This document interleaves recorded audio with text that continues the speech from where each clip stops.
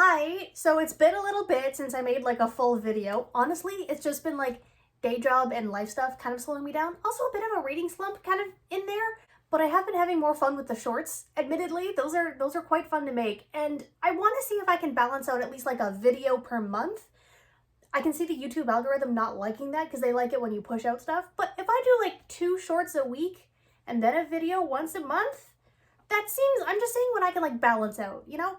Things might also change in the future, I don't know. But we are here, finally, to talk about Blood Communion by Anne Rice. And a little bit of Realms of Atlantis too, not too much, I'll skim over that because I already have a video about Realms of Atlantis, and I still agree with most of the things that I've mentioned in there, so I'll skim over that. We're focusing on Blood Communion today, the final book in the Vampire Chronicles. And I will admit, just first off, spoilers for basically everything. We're at the end of a 15-book-long series, and I want to talk about the ending. I want to talk about what happens within the ending. So, you know, quick synopsis is, but then we're just getting into spoilers. Now, as for Realms of Atlantis, most people in the community of like the Anne Rice Vampire Chronicles community knows that's where we get the aliens. That's when aliens come in and they got their own name called like the Replomoids.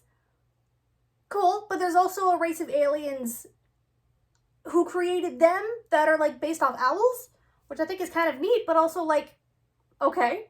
I do think that they're woven into the narrative okay.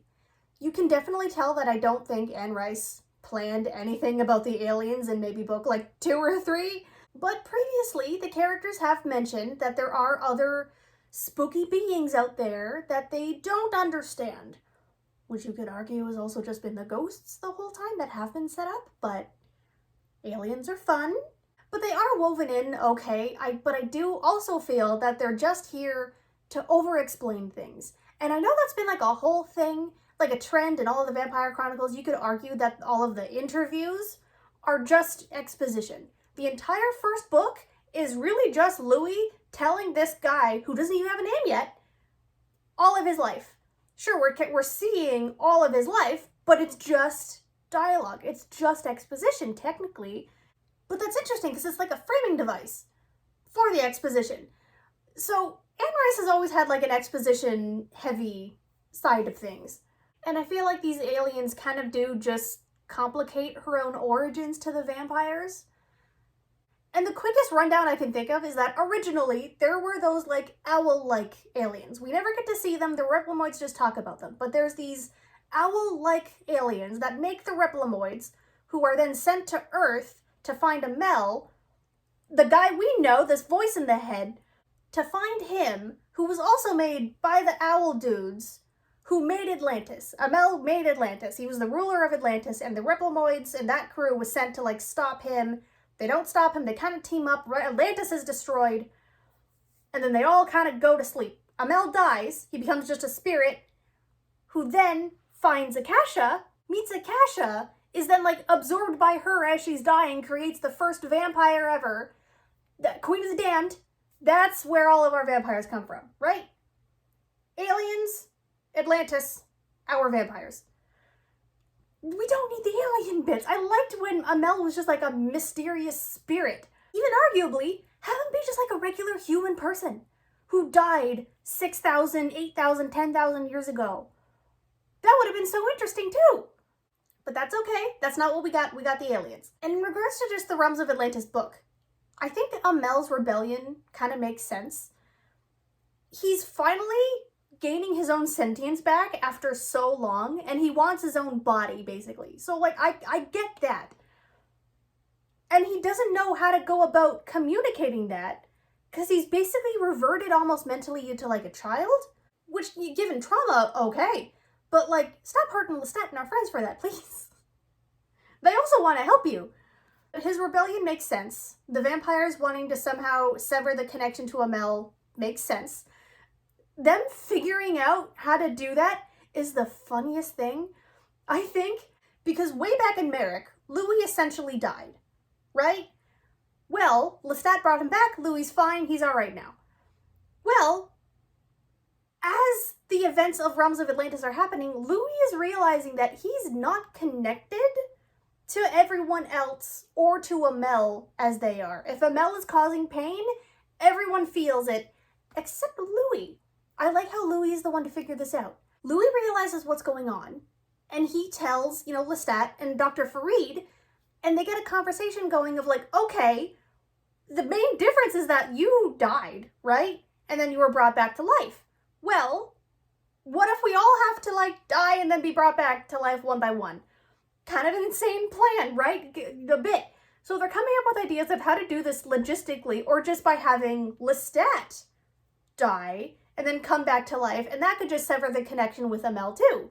Spiritually, ghostly speaking, right? Well, they're arguing for like 2 to 3 hours in the story, and at one point Farid is just like, fuck it. He grabs just a syringe, plunges it into his own heart, and just collapses. They wait a couple of minutes, and then they bring Dr. Farid back with some blood, and yeah, Farid is then disconnected from the Emilie connection. It's the funniest thing of just, they're all arguing for hours, and Farid is just like, screw this, I'm gonna try it on myself. Stabs himself in the heart and just collapses. And it worked. It worked for him, so that's good. I think Anne Rice kind of adds the most unintentionally funny shit in her stories. So yeah, long story short, they figure out how to sever the connection with Emilie and Lestat. He's still in Lestat's head, but by the end of that book, he's not anymore. If anything, Rhosh kind of helps the Replomoids in getting Emilie out of Lestat's head. That was quite dramatic. That was fun. And now Emilie has his own body. Great. Wanna come here? And it does build up Rhosh as an antagonist a little bit more. It is doing that. Now, as for Blood Communion, are you good? You want to go on the bookcase? Now, as for Blood Communion, Emilie's happy. He's got his own body. He's off living his own life with the Replomoids, kind of figuring out how to be a person again, but he's doing okay. And our main cast, like Lestat and co., are busy and a little distracted by a new big bad. They kind of, again, named Bodwin, and his supposed maker, Santh. Just kind of wreaking havoc, which I don't think is necessary. Bodwin and Santh don't really need to be here, because you already have Rhosh built up over 2 books being your antagonist, and he's still here. He's still kind of in the sidelines at first, kind of causing some trouble. And that's intriguing. I'm sorry for the cat. So the main cast, Lestat and co., are all dealing with Bodwin, right? He's the guy we first meet, not Santh just yet. It basically boils down to one of the old vampires who is now Lestat's bodyguard. His name is Cyrus. He hunts down and he finds Bodwin after Bodwin kind of attacked them during another scene. I'll get back to that in a little bit. We meet another new guy. He's not that important, but he's there. Lestat's in a conversation. Bodwin comes to attack them. Cyril goes after Bodwin. Kidnaps Bodwin by wrapping him up in iron, which is kind of sick. Like, he takes the rungs of a wrought iron fence and just wraps this guy in a cocoon. And then conveniently, Bodwin can't use his vampire powers anymore. Doesn't matter how old he is. He can't really use his vampire powers anymore. He can't even communicate telepathically because of the iron in the way. And they've got him locked down in a basement. Now, that's the quick little summary of our Act 1. And you could argue it's just setting up the fact that the chateau, Lestat's home, has this dungeon. Okay, it's got a dungeon. It's a big castle. Kind of figured it did. But also the fact that older vampires kind of always knew, but they conveniently forgot about this vampire weakness, that they're not allergic to iron like Fae, but if they're wrapped up in it like tinfoil, then they can't move. They kind of like go to a weird trance-like state and they can't use their powers. Basically cover a vampire in tinfoil and they can't do anything. It's not tinfoil, it's not aluminum, it's iron. But for 15 books, no one figured that out. No one knew about this. This is not mentioned until book 15. And like, we meet old vampires, some of the 6,000-year-old originals. None of them mentioned this. It would have been interesting if Lestat somehow figured out this power kind of by himself by accident. Because that was his whole shtick in The Vampire Lestat. Book 2 was about Lestat being the best vampire and figuring out all this new stuff about themselves. He couldn't figure out the weakness either? Okay. So this whole thing with Cyril and Bodwin sets up that trick, that wrap a vampire in tinfoil iron, and he can't move. And Rhosh uses that trick. So, like, other vampires knew about this trick to kidnap Marius, Louis, and Gabrielle. Because he's mad at Lestat, so of course he's gonna go after his 3 loved ones, which is interesting. That is so interesting. Rhosh has been set up as this antagonist, this villain, for 3 books now. Now he's finally really doing shit. Because all of his buildup, all of his trauma, all of his just anger, he's directed all of that towards Lestat. And admittedly, there's a whole moment in this book with Benedict, which is Rhosh's lover. Lestat doesn't kill Benedict, but Benedict willingly sacrifices himself to the young ones of the court. There's a whole ceremony behind it. And the main point is that he's willing about this. And it feels a little uncomfy. It feels a little glorifying. It's quite uncomfy when you're kind of reading it, but I think you're also supposed to be uncomfy about it because Lestat's uncomfy about it. But because Benedict is now dead, Rhosh is even more pissed at Lestat for kind of letting it happen.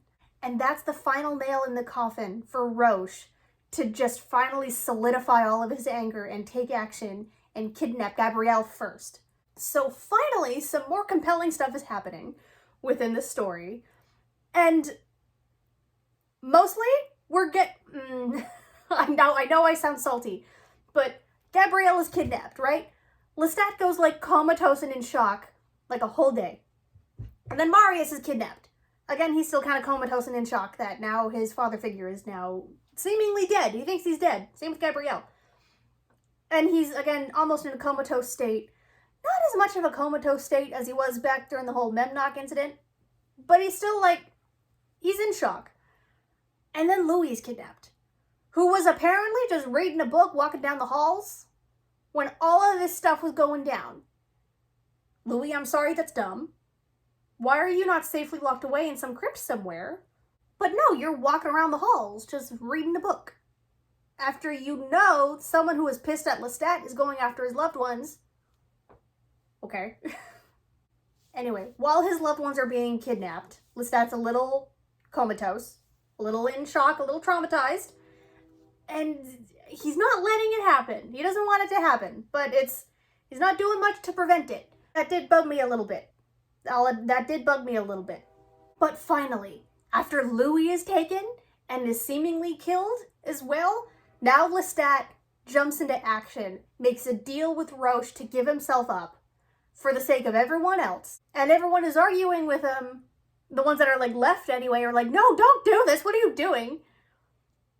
Lestat ignores them. He goes with Rhosh and he kind of lets himself be taken as well. Well, in that conversation, it is finally a little bit satisfying because Lestat just takes him out. He kind of plays into the hostage situation and he's like, yes, I'm sacrificing myself. Take me now. But then just slaughters Rhosh. That was finally satisfying. Yes!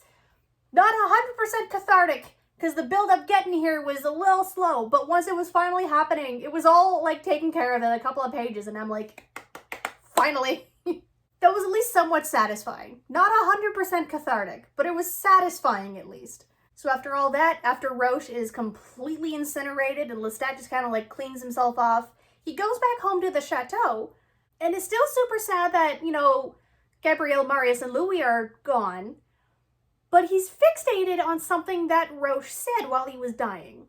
So asking Rhosh's friends who are still alive, Elise and other vamps, yeah, they kind of recognize it, and it somehow points to this old abandoned site, this abandoned castle that Rhosh kind of lived in. So they go to that castle, and they find Gabrielle, Marius, and Louis all wrapped up in their little tinfoil burritos in coffins.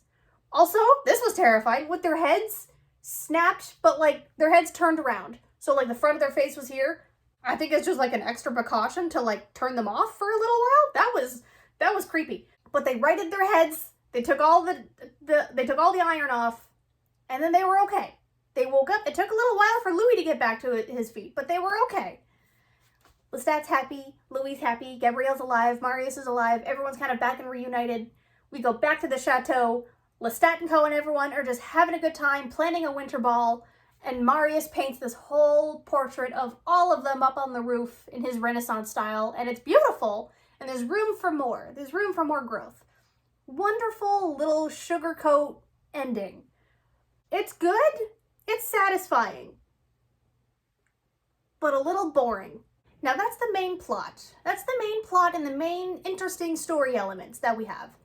There are a few story elements that are less interesting. Mainly when I mentioned Act 1, how Cyril took Bodwin after Bodwin attacked them, setting up this random new Bodwin guy to be like a villain. Well, Bodwin attacked shortly after Lestat met another new character and had a whole conversation with him. I'll admit, I don't remember his name because he's not really that relevant and this late into the series. I don't care about the new guys.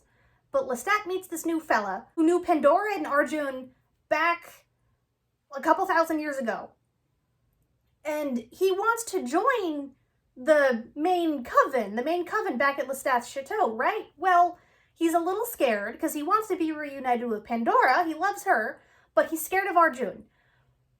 Kind of rightfully, because Arjun sucks. Well, Lestat has this whole meeting, loves the new guy, and he's like, yeah, you can totally come and join us. I'll go talk to Arjun. Everything will be fine. Well, he goes back to have this conversation with Arjun, and yeah, he's dead. Arjun is just dead because he got in a fight with Marius, and Marius just annihilated him. Off screen. Which, like, is a little cathartic. That was a little satisfying. Okay. But also, like, I wanted to see it. Again, this is part of Anne Rice's exposition problem. Cool things kind of happen off screen and then everyone tells about it. I wanted to see it happen. And there's really no consequence of this action happening either. Towards Marius, basically. Marius himself is mad at himself for doing this. He went against the rules he's been so stoically setting up and everything. I murdered one of our own. Are you guys not mad at me about this? Yes, I lost my temper. But everyone is like, Marius, we kind of get it. The guy was a dick. Even Pandora doesn't feel bad about this, but Pandora. Oh, Pandora! My independent, spicy woman is just defanged, pun intended with the vampirism. She's basically a wet dish rag of her former self.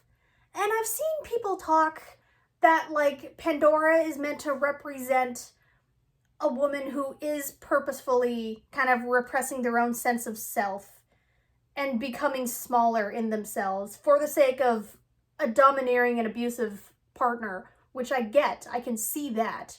It's realistic. The girl is traumatized. I understand that. But I don't trust Anne Rice's writing style anymore. I don't trust that Anne Rice had that in mind. Kind of because Anne Rice is not subtle. And this feels subtle. She's not subtle in her storytelling. That whole instance, like I said, that's just an Act 1 intrigue. That's taken care of. Marius is fine. He's mad at himself.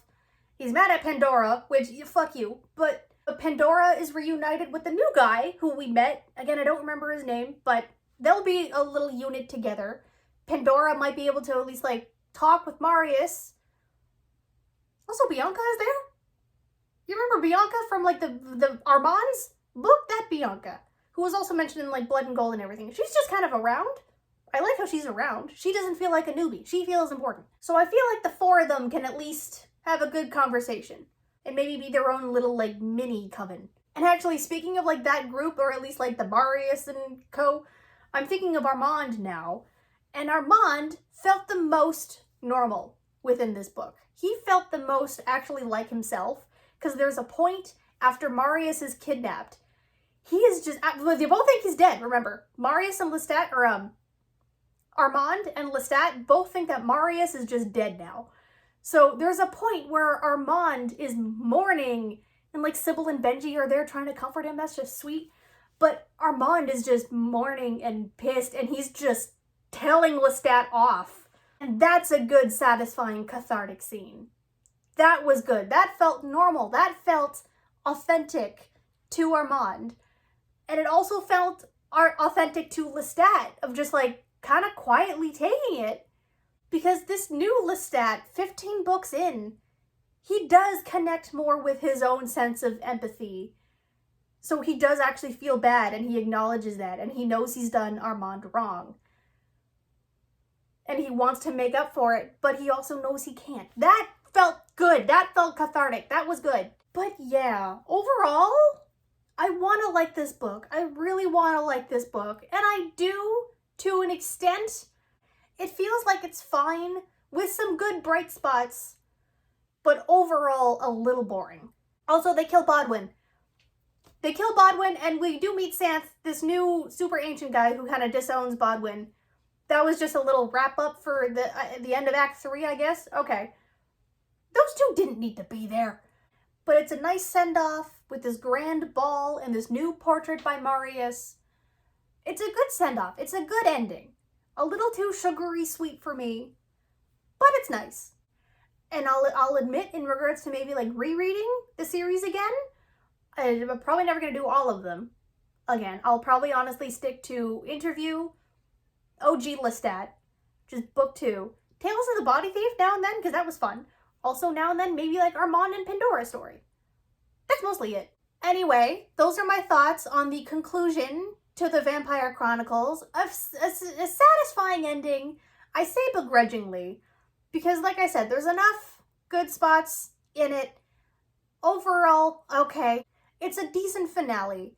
And I do think Anne Rice had a good time while writing this. That I do, you can feel that in the pages, which I think is honestly more important sometimes. I could tell that Anne Rice herself was having a good time. But yeah, feel free to like and subscribe. I know it's been a little while since I've done like a long form thing, but I am planning to maybe do at least one around the end of the month or so, like the end of October again. At least once a month. I want to get back to like these ones because I enjoy the shorts. The shorts are fun, but it's nice to have a good like discussion now and then too, you know? I also don't know what kind of a meaty series I want to get back into for the next maybe like long form series. Maybe I'm thinking of The Dark Tower. Kind of because it's Halloween spooky season, and I'm thinking of the next Stephen King book I want to read, because I do want to read a new one sometime next month. I might go back and reread The Dark Tower, or at least The Gunslinger. One of those. Let me know what you think. If you want another like meaty series like this, of like a series, one book each for this long, or if we prefer going with like standalones, I'm fine with standalones. Anyway, I hope we're all having a good weekend. I hope you're having a good like spooky season already, and I will see you guys next time. See ya!